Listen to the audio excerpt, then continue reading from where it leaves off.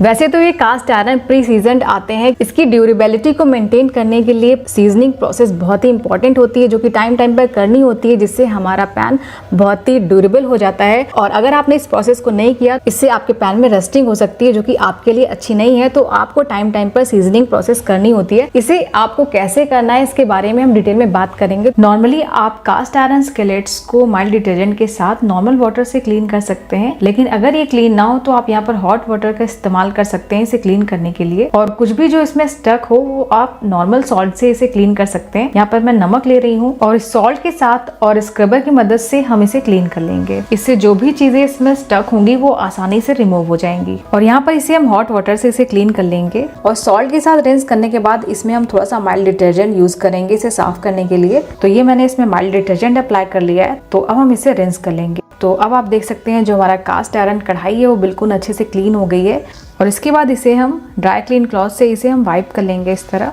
जितना आप इस पैन में सीजनिंग करेंगे उतना ही आपका पैन ये नॉन स्टिक जैसा बिहेव करेगा। तो अब हम इसमें ऑयल अप्लाई कर लेंगे और इस ऑयल को अच्छे से स्प्रेड करेंगे। इस यहाँ पर ऑयल मैंने यहाँ पर वेजिटेबल ऑयल लिया है और बेटर जो ऑयल होता है वो फ्लैक्सीड ऑयल होता है। इस केस में अगर आपके पास फ्लैक्सीड ऑयल है तो आप उसे भी इस्तेमाल कर सकते हैं। और जो एक्स्ट्रा ऑयल है उसे हम पेपर टॉवल से यहाँ पर क्लीन कर लेंगे। एक्स्ट्रा ऑयल को हटाना बहुत जरूरी हो जाता है, नहीं तो ये आपके स्केलेट्स को चिपचिपा बना सकते हैं। तो ये मैंने इसमें ऑयल अप्लाई कर लिया है। तो चलिए इस कढ़ाई को हम अपने ओवन के अंदर रख देते हैं ताकि हमारे स्केलेट्स की अच्छे से सीजनिंग हो जाए। वैसे तो आप इस काम को गैस पर भी कर सकते हैं और इसी तरह आपको अपने कास्ट आयरन स्केलेट्स को ऐसे ही अपसाइड डाउन करके रख लेना है। तो अगर आपने यहाँ पर ज्यादा ऑयल को अप्लाई कर रखा हो तो नीचे आप एल्युमिनियम फॉइल को रख सकते हैं। इससे क्या होगा, जो एक्स्ट्रा ऑयल होगा वो नीचे एल्युमिनियम फॉइल में कलेक्ट हो जाएगा। यहाँ पर आपको टेम्परेचर 200 से ऊपर लगाना है और यहाँ पर मैं बेक वाला ही ऑप्शन यहाँ पर सिलेक्ट रहने दे रही हूँ। टाइम हम यहाँ पर 1 आवर का लगाएंगे। और इसी काम को अगर आपके पास ओवन नहीं है तो आप इसी काम को गैस पर कर सकते हैं। जब तक इसमें अच्छे से स्मोक आने लगे गैस हीट को ऑन करते ही, तब तक आपको इसे करना है।